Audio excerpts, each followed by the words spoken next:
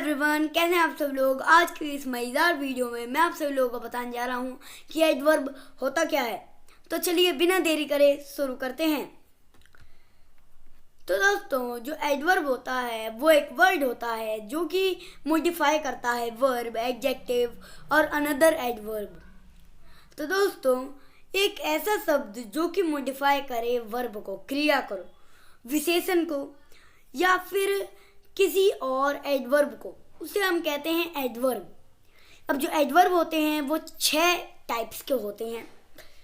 अब दोस्तों, जो ये 6 टाइप्स ऑफ एडवर्ब हैं वो तो आपको आगे आने वाली वीडियो में ही पता चलेंगे। तो इस वीडियो को एंड तक ज़रूर देखिएगा, तभी आपको पूरी तरीके से एडवर्ब के बारे में जानकारी मिल पाएगी। तो चलिए आगे बढ़ते हैं। अब दोस्तों, जो हमारा पहला एडवर्ब है वो है एडवर्ब ऑफ मैनर।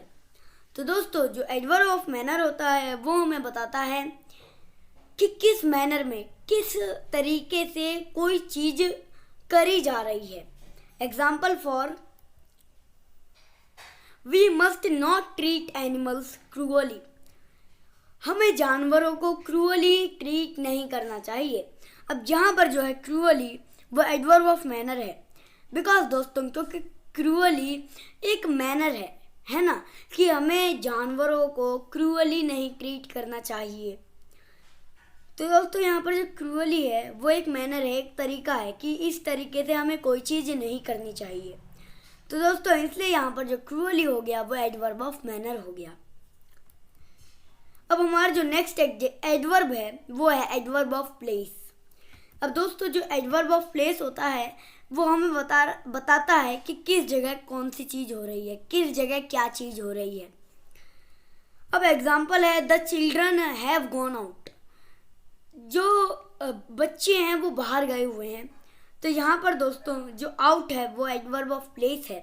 बिकॉज यहाँ पर हमें बताया जा रहा है कि बच्चे बाहर गए हुए हैं, तो बाहर जाना भी एक प्लेस हुआ, आउट एक प्लेस हुआ।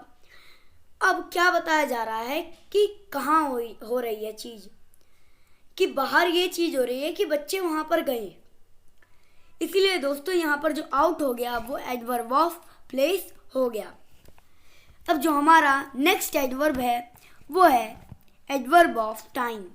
तो दोस्तों, जो एडवर्ब ऑफ टाइम होता है वो हमें बताता है कि कब क्या चीज़ हो रही है, यानी कि किस समय पे क्या चीज़ हो रही है।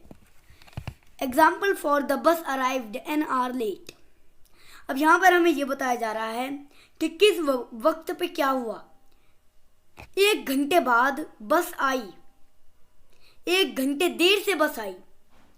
अब जो यहाँ पर लेट है वो एडवर्ब ऑफ टाइम है, क्योंकि ये हमें बता रहा है, जो लेट शब्द है वो हमें बता रहा है कि जो बस है उसने अराइव किया, पर किस समय पे अराइव किया, किस वक्त पे वो आई। तो वो किस वक्त पे आई, एन आवर लेट आई, 1 घंटे देर से आई। तो यहाँ पर जो लेट है वो एडवर्ब ऑफ टाइम हुआ। बिकॉज यहाँ पर जो लेट है वो हमें बता रहा है कि उस समय पे ये चीज़ हुई है ना। तो इसी तरीके से हमारा जो चौथा एडवर्ब है वो है एडवर्ब ऑफ डिग्री।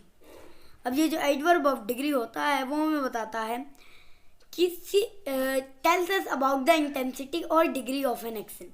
ये हमें बताता है इंटेंसिटी और डिग्री ऑफ एन एक्शन, है ना। Example for, the report is absolutely true. जो रिपोर्ट है वो एब्सोल्युटली ट्रू है, वो एकदम सही है। तो यहाँ पर जो एब्सोल्युटली हुआ वो एडवर्ब ऑफ डिग्री हुआ। तो दोस्तों, जो एडवर्ब ऑफ डिग्री होता है इसको समझना थोड़ा सा हार्ड होता है।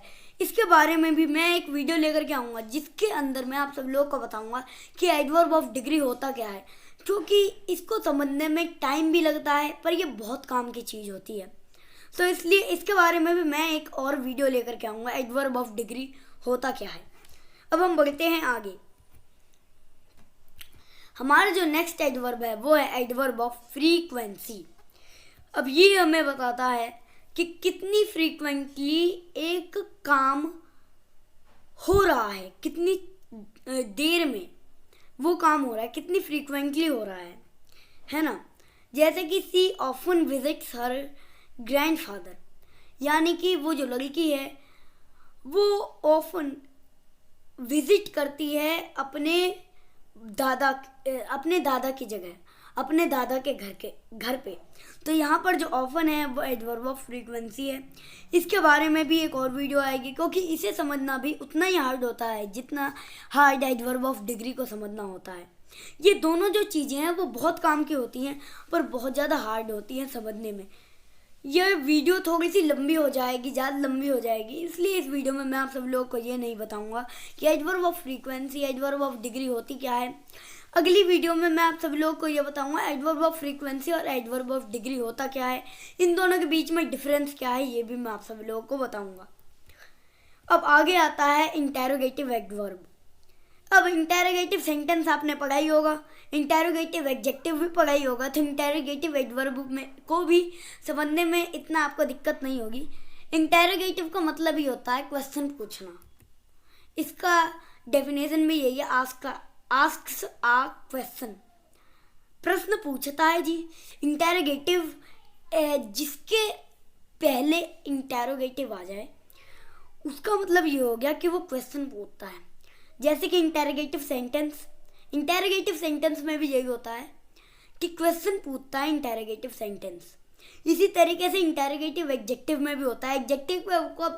एडजेक्टिव के ऊपर भी मैंने एक वीडियो बनाई है जिसके अंदर मैंने आप सब लोग को इंटेरोगेटिव एडजेक्टिव के बारे में भी बताया है, इंटेरोगेटिव एडजेक्टिव क्या होता है, और भी प्रकार के एडजेक्टिव होते हैं, वो भी मैंने आप सब लोग को उस वीडियो में बताए हुए हैं। अगर आपने उस वीडियो को नहीं देखा है तो फिर मैं आप सभी लोग को लिंक डिस्क्रिप्शन में दे दूंगा, है ना, तो उधर से आप जा करके देख लीजिएगा। या फिर अगर आप चैनल खोलेंगे तो वहीं पर ही आपको दूसरे नंबर पे एडजेक्टिव के ऊपर एक वीडियो दिख जाएगी, उस वीडियो को जा करके ज़रूर देख लीजिएगा, क्योंकि उस वीडियो के अंदर हर एडजेक्टिव के बारे में मैंने बताया है।